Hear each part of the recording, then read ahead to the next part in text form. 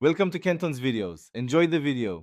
You start by confirming prerequisites: app installed and clipboard permission enabled. Next, choose the schedule type you need: periodic sync for backups, one-time timed paste, or template auto-insert for repeated text.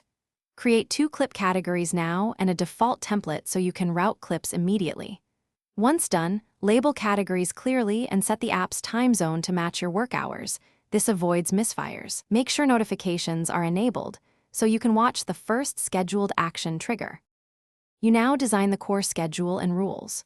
Open the scheduler, create a job, and select a trigger such as a specific time, app focus change, or hotkey. Choose what matches your workflow.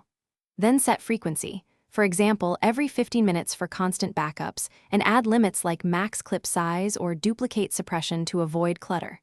After that, map specific clips or categories to actions. Paste into the active window, export to a file, or sync to a cloud folder so other devices receive them. Finish by testing and validating the scheduled behavior. You should run a dry test, trigger the job manually, and verify the paste, file write, or cloud sync completes as expected.